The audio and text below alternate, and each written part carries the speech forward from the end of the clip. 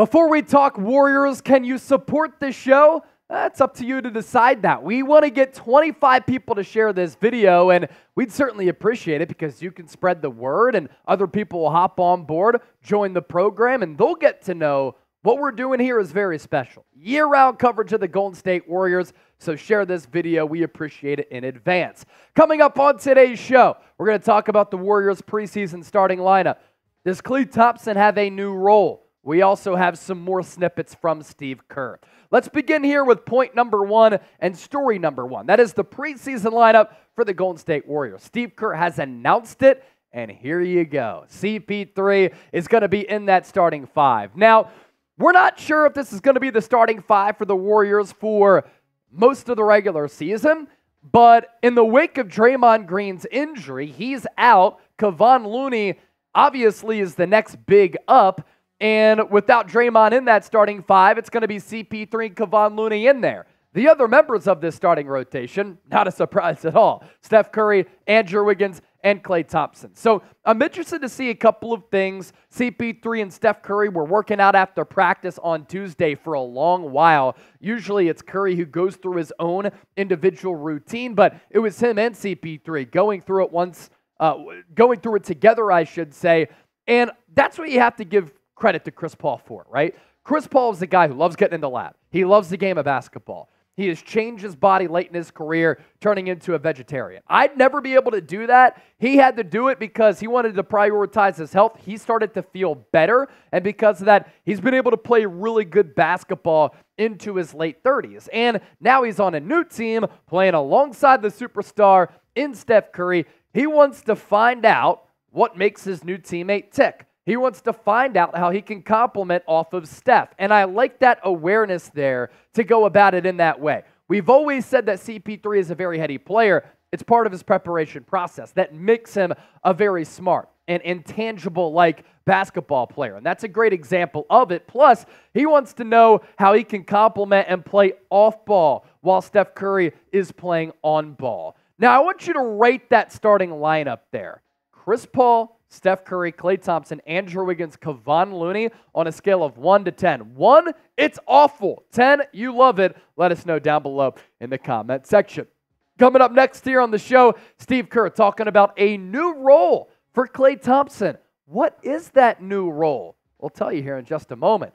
First, though, you know what the new app that I use for daily fantasy is?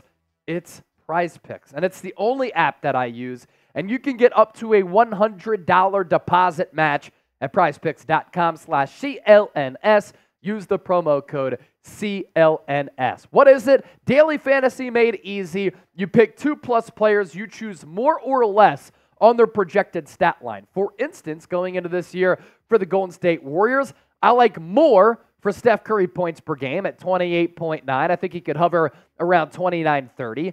Klay Thompson, less than 4 3-pointers made per game. The reason why I'm doing that, I think he's going to be right around that 4-point number. And the only season in Kevon Looney's career in which he's averaged 9 or more rebounds was last year. I like the Warriors' front court a little bit better this year as compared to last year. Give me less on rebounds per game average. So sign up today. Easy and exciting daily fantasy sports. It's the largest independently run daily fantasy app in North America, and we're so jacked up to have them a part of the show. prizepicks.com/CLNS. All of that information is available for you down in the comment section. As for that new role for Klay Thompson, Steve Kerr talking about that as Warriors training camp is officially underway. Here's the breakdown from the Warriors head coach. Klay would guard the 4-man. He's so physically strong. He's so used to guarding post-up players after switches. We think Klay can guard as a 4 this year. We'll put him in coverage where he has to defend pick and roll as a 4. We're planning on doing that and seeing how he does. So for those of you who weren't sure if that meant that Klay was going to have a diminished role offensively, maybe come in off the bench in a surprising, shocking move by Steve Kerr, they're just going to use him a little bit differently on the defensive end at that 4 spot.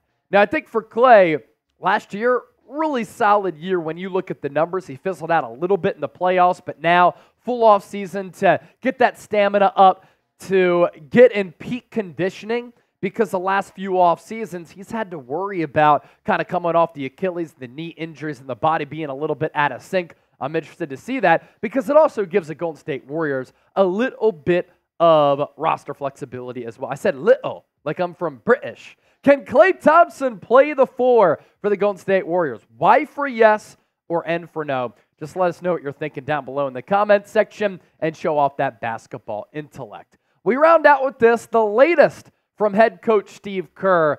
He talked about Gary Payton II. He said just having him around full-time is a huge addition for Golden State.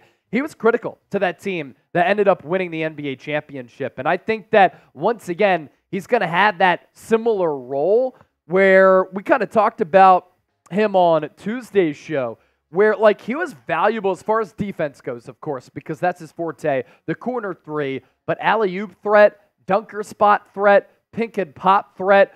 He plays bigger than his size, too, on the defensive end. He's able to make up for the lack of height with how vertical that he can get with his leaping ability. Here's what Kerr had to say about Gary Payton II. One of the best on-ball defenders in the world, so having him healthy on the roster right away, I imagine we will reestablish our defense easier. Gary's going to be in our rotation. I anticipate bringing him in off the bench like we did 2 years ago, but I anticipate him getting a lot of minutes, important minutes. He could be in there down the stretch of games if he is rolling, and I agree with that. I think that a guy like that is valuable on a team when you have other people who could put the biscuit in the basket, find twine, and score the rock. Like if he's on a team that struggles offensively, it's really rough. But on this team, he's a perfect fit. Number 2, Chris Paul coming off the bench. What did Steve Kerr have to say about that from Dub's training camp?